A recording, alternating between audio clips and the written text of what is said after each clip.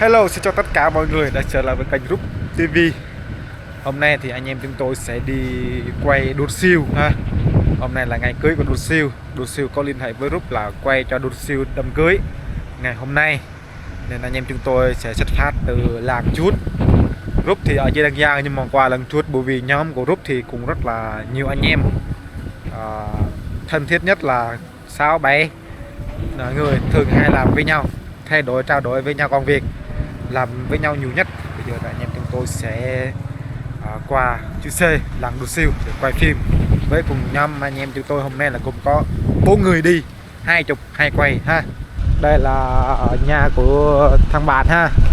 Nhà thằng bạn thì có ô tô nên đi ô tô của nhà thằng bạn ha. Hiện tại thằng bạn thì đang học bằng lái xe nhưng mà chưa dám chở, nhưng mà bố của thằng bạn nó sẽ chở. Gia đình này cũng đó, em gái của bạn này làm make up, ai có liên hệ thì cứ make up qua đây cũng rất là đẹp ha, được chun branding ha, make up rồi làm chụp ảnh quay phim ngoài cảnh cưới, rồi chụp ảnh cổng phía bên này đó, phía bên này đó. Giờ này ở trong làng rất nhiều mở tiệm make up để phục vụ cho anh em buôn làng của mình. Có khi họ làm rất là giỏi và có khi đẹp hơn cả người dân luôn ha. Đó. Ở đây không thiếu khách đâu các bạn ơi. Giờ này gần tối rồi mà vẫn có khách đi make up chụp ảnh cưới buổi tối, hay lắm. Ngày xưa ở đây người ta hẹn hò nhiều lắm. Đây gương mặt này. Đây nhà này, đây da trẻ nha, mấy con nhỏ thôi, đây da con bút, đây da này láo lắm. Đây da này lắm, nhiều cái lắm, nhiều cái theo lắm.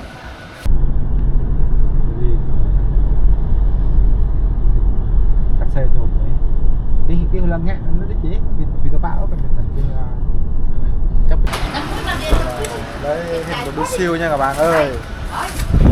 Hình đu siêu hình nhỏ nữa, 13 cái hình nhỏ nữa, nhôm luôn ha, đặc biệt nhôm xịn sò luôn. Đây thường hay làm máy rút chụp cho đô siêu trước như các bạn đã thấy ha. Đây mới đây.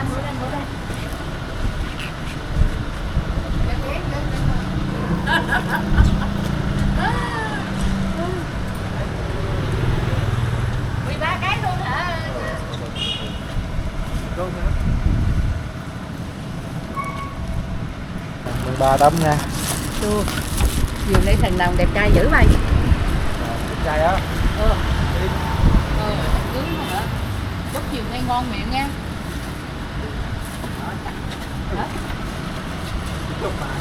Mất chụp hả? Tội dữ ơi. Làm. Tội dữ ơi. Đúng này vậy. Đó, 13 tấm.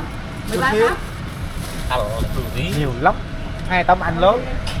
Trời ơi, VIP luôn, làm cho đô siêu nhìn cái viên nhôm luôn, VIP luôn. Bye bye. Ok. Hẹn gặp. Rồi nha. Gặp lại sau. Hẹn gặp lại sau.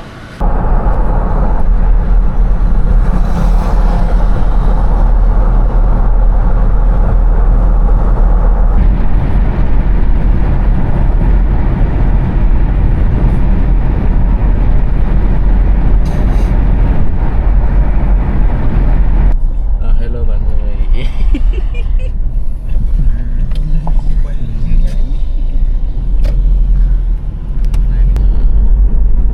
Xin chào mọi người. Chứ đừng làm gì rằng đời nó tao. Đây. Hôm nay Tương lai là vịt bẹo rồi nhìn đấy, vô quỷ. bạn cũng gặp đến lôi Đặt quả đặt ao nữa ngỏ. đôi hàng ngất. Sao lại sắp phi mà mình ạp rồi nhìn nữa.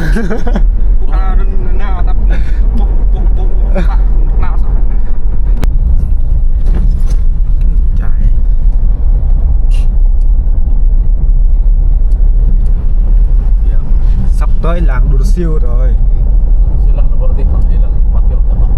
Đây cái là con bạc en nữa là nếu bạc en này bắt lặng hay là buộc sẵn gọn hay là nằm này.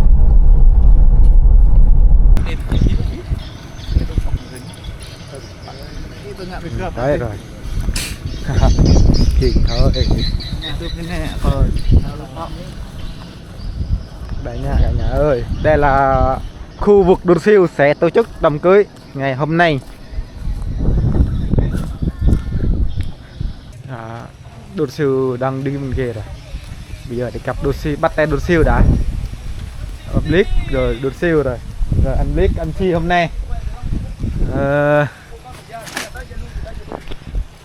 Đó. Đây là chú nhân rồi. Chào anh em. Đó, rất là đẹp trai luôn hôm nay. Đẹp trai không? MC. Vợ của MC. Wow. Nay quay hả? Hả? Hả? Nay quay hả? Hả? Quay hả? Quay mà.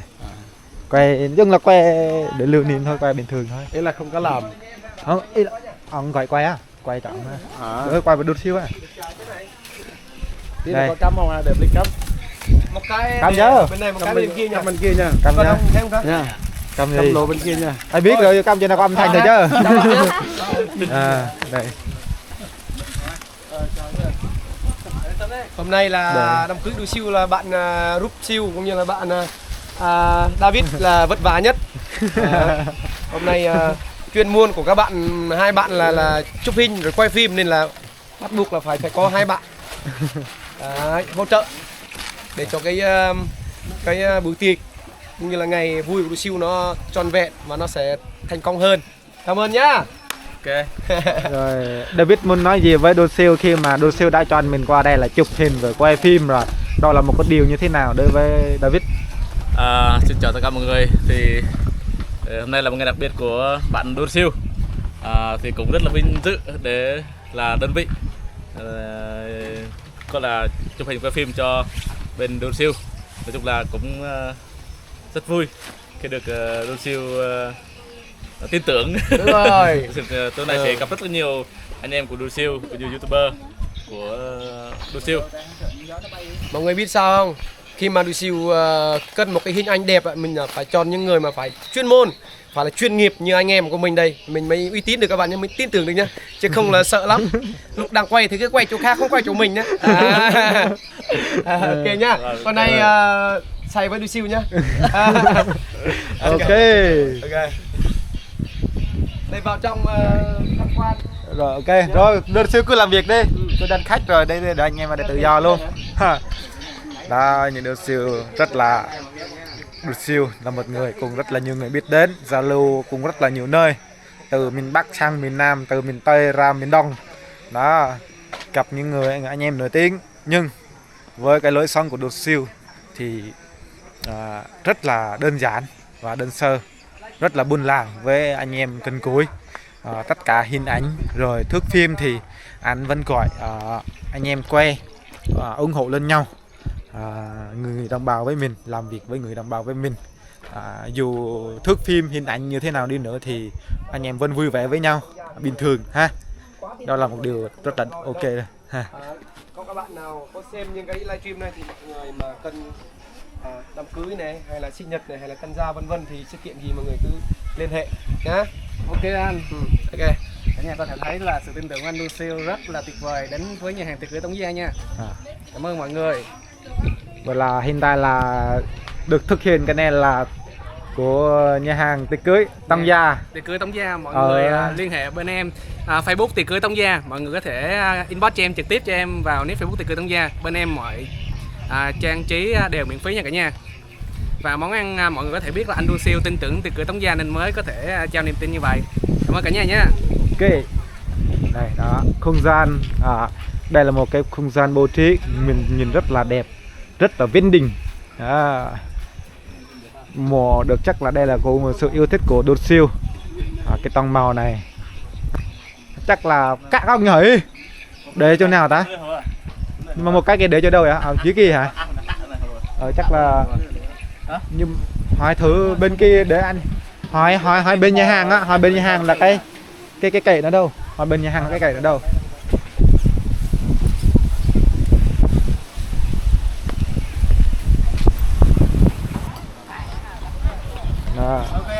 Siêu quá là tuyệt vời. Kìm cái kệ đi bảo nhà hàng ở bên kia á. Đây là có hai cái khu để chúng ta check in và chụp hình. Phía bên này là bên dành cho những người có thể là yêu Trung Quốc, yêu bên châu Á hơn. phía này là bên Tây hơn, bên này là bên châu Á, bên kia là bên Tây ha. Thích bên Tây thì qua bên kia chụp, thích bên châu Á là qua bên này chụp. Đây là nhà sàn không thể thiếu của người Gia Rai của ngày xưa. Đây là ngôi người to nhỏ ha, chắc đây là họ hàng ha, bên trước ha. Họ hàng bên trai. Chúng ta sẽ đi về phía bên này. Đi bên này.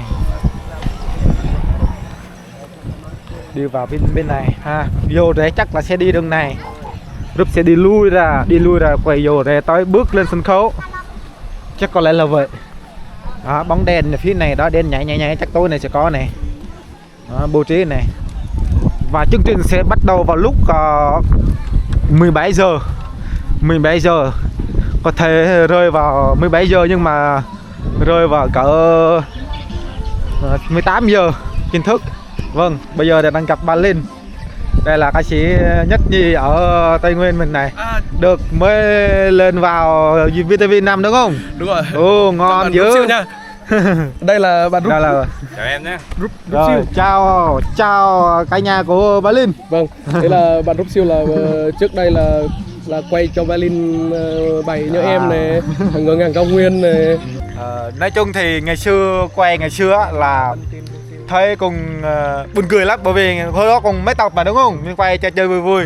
Quay máy gì nhỉ? Hồi đó là như là 700D. Canon 700D. 700D. Giờ thì ông lên VTV rồi. Sau này chắc là tương lai đi lên. Được tất cả được bài hát được ca sĩ Khánh Phương, ca sĩ Hồ Quang Hiếu mua lại luôn. Đăng ký tác quyền luôn đó. Không xin phép là dính bản quyền nhá. Ai mà hát bài của mình mà không xin phép không mời mình uống cà phê là mình đánh gậy luôn nha mọi người. Đó. Vui vậy thôi. Thật ra bài hát của mình thì mọi người hát cover nhiều thì mình càng mừng. Mình để mình có thể lan tỏa được bài hát của mình đến xa hơn, nhưng mà mình cũng cân nhắc cái là nhiều người họ lấy bài hát của mình họ đăng tải lại những cái video của mình ấy. Gốc luôn đúng không? Video gốc luôn là không được. Mình đi quay MV xong xuôi, sau đó là họ lấy nhạc của mình hoặc là tải video gốc họ đăng lên luôn. Nó lại không hay. Đúng rồi, nhưng mà giống nhảy đi ăn cướp rồi, không được đâu. Nó khiến cho là người ta xem kênh của mình nó lại đi. Đúng rồi, mất tương tác đi. Đúng rồi. Cái gì là cứ cover xin phép xong rồi cover rất là bình thường nhá. Đúng rồi. Anh em với nhau hết. Ok. Khi mình hát mình xin phép đó là một cách mình tôn trọng tác giả. Đó, đơn giản vậy thôi. Ok. Rồi, chào cả nhà nào. Chào nhá. Phía bên này là đang quay con bò. Con heo con bò rồi ta. Đi gần đã. Đây là con bò nhá. B hả? B hả? Mình đợi cái team nào ta? Cái nhà hàng hả? À. 06 Tôn Thất Tùng rồi đấy. Ở thành phố luôn.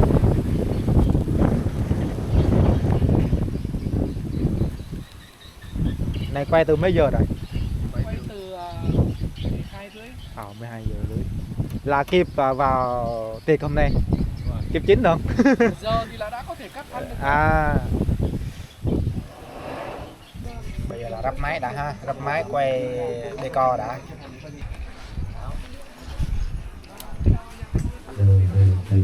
Được.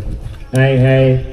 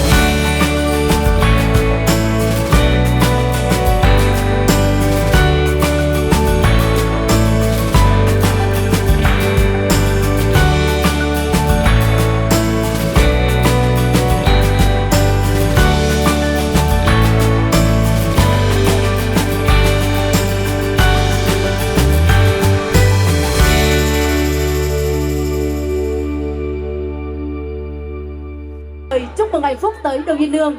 Xin gửi đến tất cả quý vị chúng ta ngay sau đây xin được trân trọng kính mời.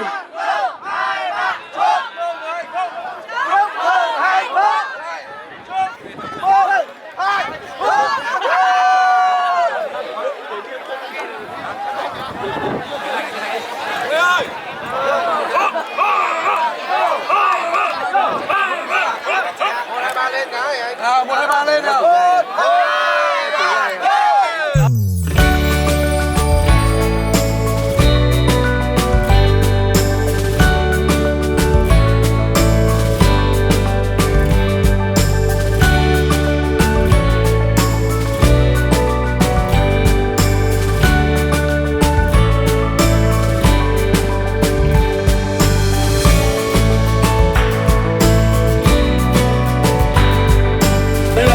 Đến từ An Giang. Nếu mà được thì xin phép mời cô dâu chú rể lên đây cùng, bởi vì là hôm nay thực sự một cái đám cưới này là một đám cưới rất là tuyệt vời. Anh em mình, những người ngồi ở đây, dù nắng dù mưa, anh em mình vẫn không bỏ về. Đó là cái điều tuyệt vời nhất. Đó là cái tình cảm dành cho cô dâu. Đó là lời chúc phúc mà không thể là có lời nói nào diễn tả được, đúng không?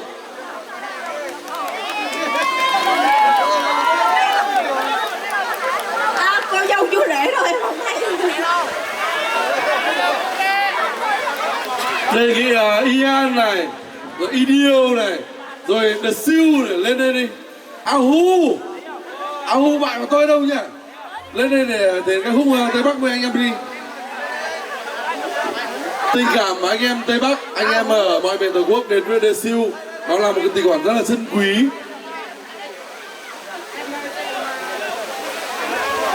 Rồi, bạn Việt là mang đen, ok, nó tuyệt vời.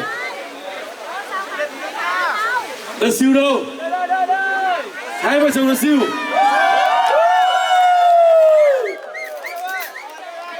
Đây có lẽ là đây có lẽ là một đám cưới đặc biệt nhất từ trước đến nay. Ngày trước mình có một tháng trước thì có một đám cưới của em gái mình là Phan Diệp và Phạm Dũng, nhưng nó cũng không đặc biệt như này. Nhưng ngày hôm nay, em ơi, ngày hôm nay là đám cưới em, ngày hôm nay đám cưới như này. Đây có Trang bên Tôn Ốc rồi, em biết rồi đúng không? Đây là bạn ấy có bộ ngực đỉnh nhất Việt Nam. Em ơi, em đứng đây, em đứng thẳng lên đi. Từ từ. Em ơi khung lưng em cùng với em đứng thẳng lên đi. Rồi, ok. Hôm nay thì The Seal trước khi bọn anh thể hiện ca khúc người bố các bạn thể hiện thì em muốn gửi lời gắn gì đến tất cả mọi người không? Lần đầu tiên The Seal xin thay mặt cho gia đình cũng như là vợ chồng The Seal cảm ơn đến tất cả cô chú, anh chị cũng như là bạn bè gần xa đã đến chung vui cùng hai vợ chồng The Seal. Hôm nay thì có rất là nhiều thiếu sót, mong anh chị lương thứ và bỏ qua cho The Seal nha. The Seal cảm ơn. Hôm nay gia đình mình không say thì là chưa được về nhá. Cảm ơn rất là nhiều ạ. Sau đây anh em Tây Bắc xin phép gửi lời đến anh em Tây Nguyên, đều là Tây, một ca khúc. Anh em Tây Bắc và anh em miền Tây, ba miền đều là Tây, gửi đến ca khúc Người Vùng Cao là thế.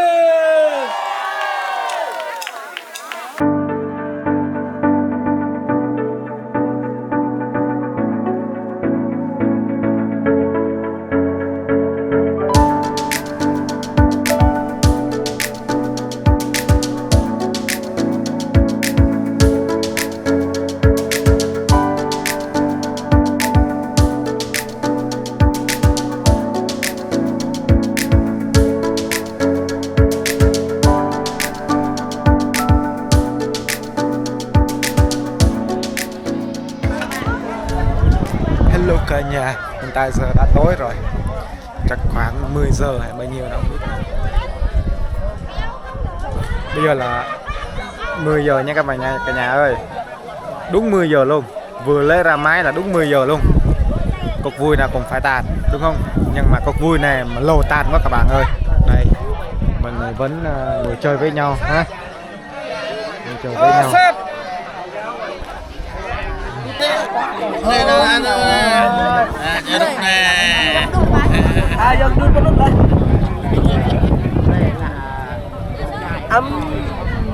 Mẹ anh giúp anh em làm nhiên đi.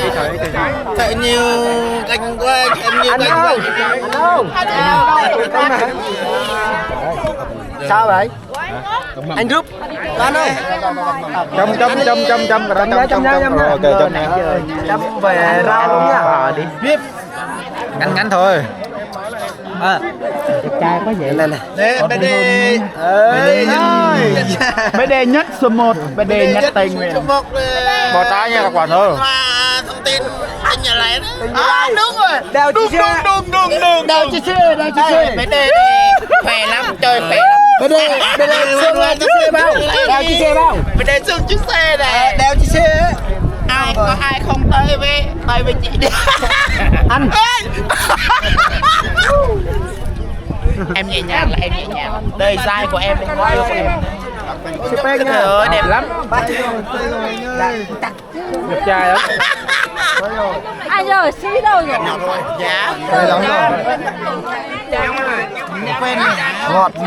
Ngọt miếng. Cái này. Trời ơi, cái này là ngon hơn. Ai thôi toàn ăn được đâu nhá. Cái này em cắt nhỏ thôi. Sai rồi. Cái này em cắt nhỏ thôi. Càng sai càng đẹp. Sao vậy? Thành phố Tây Nhất à? Là chấm này phường Kiến Lăng, thành phố Pleiku. Kiến Lăng. Bữa Tây Nhất là cô gái chừng gì?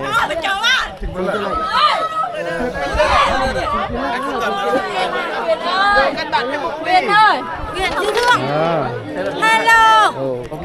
Đó, người nổi tiếng nè. Biết hết nha. Huyền, dạ. Cái thằng bên này hả? Em biết, nhưng mà đây không ai. Mời không? Hay phải thằng 12 mời không? Giống như xay nước ngọt nhỉ? Giống như xay nước ngọt à? Cô hả? Mọi người ơi, bây giờ thì phải về thôi. Bạn bè giao lưu với nhau rồi bắt te rồi chụp hình với nhau. Mệt rồi, 10 giờ rồi thì cũng phải về thôi, hơn 10 giờ rồi. Giờ tại say cũng đang đợi rồi ha. Anh em về tới Pleiku rồi, tới nhà. Đây là một đám cưới nhiều kỷ niệm nhất ha. Đám cưới nhiều kỷ niệm nhất, rất là thú vị và độc đáo. Đó, MC cũng về rồi nha. Người ta cướp vợ rồi đúng không? Gặp sao nhá. Ok. Chào anh Judith. Ồ, Đây là dạ. em fan của anh Judith Đây, từ cảm Group ơn TV. nhé. À, ok. Dạ. Cảm ơn anh. Để về nhé. Dạ. Đang trên đường thì cũng có người về thôi. Rồi chào cả nhà nha, tối rồi, thôi mình bye bye.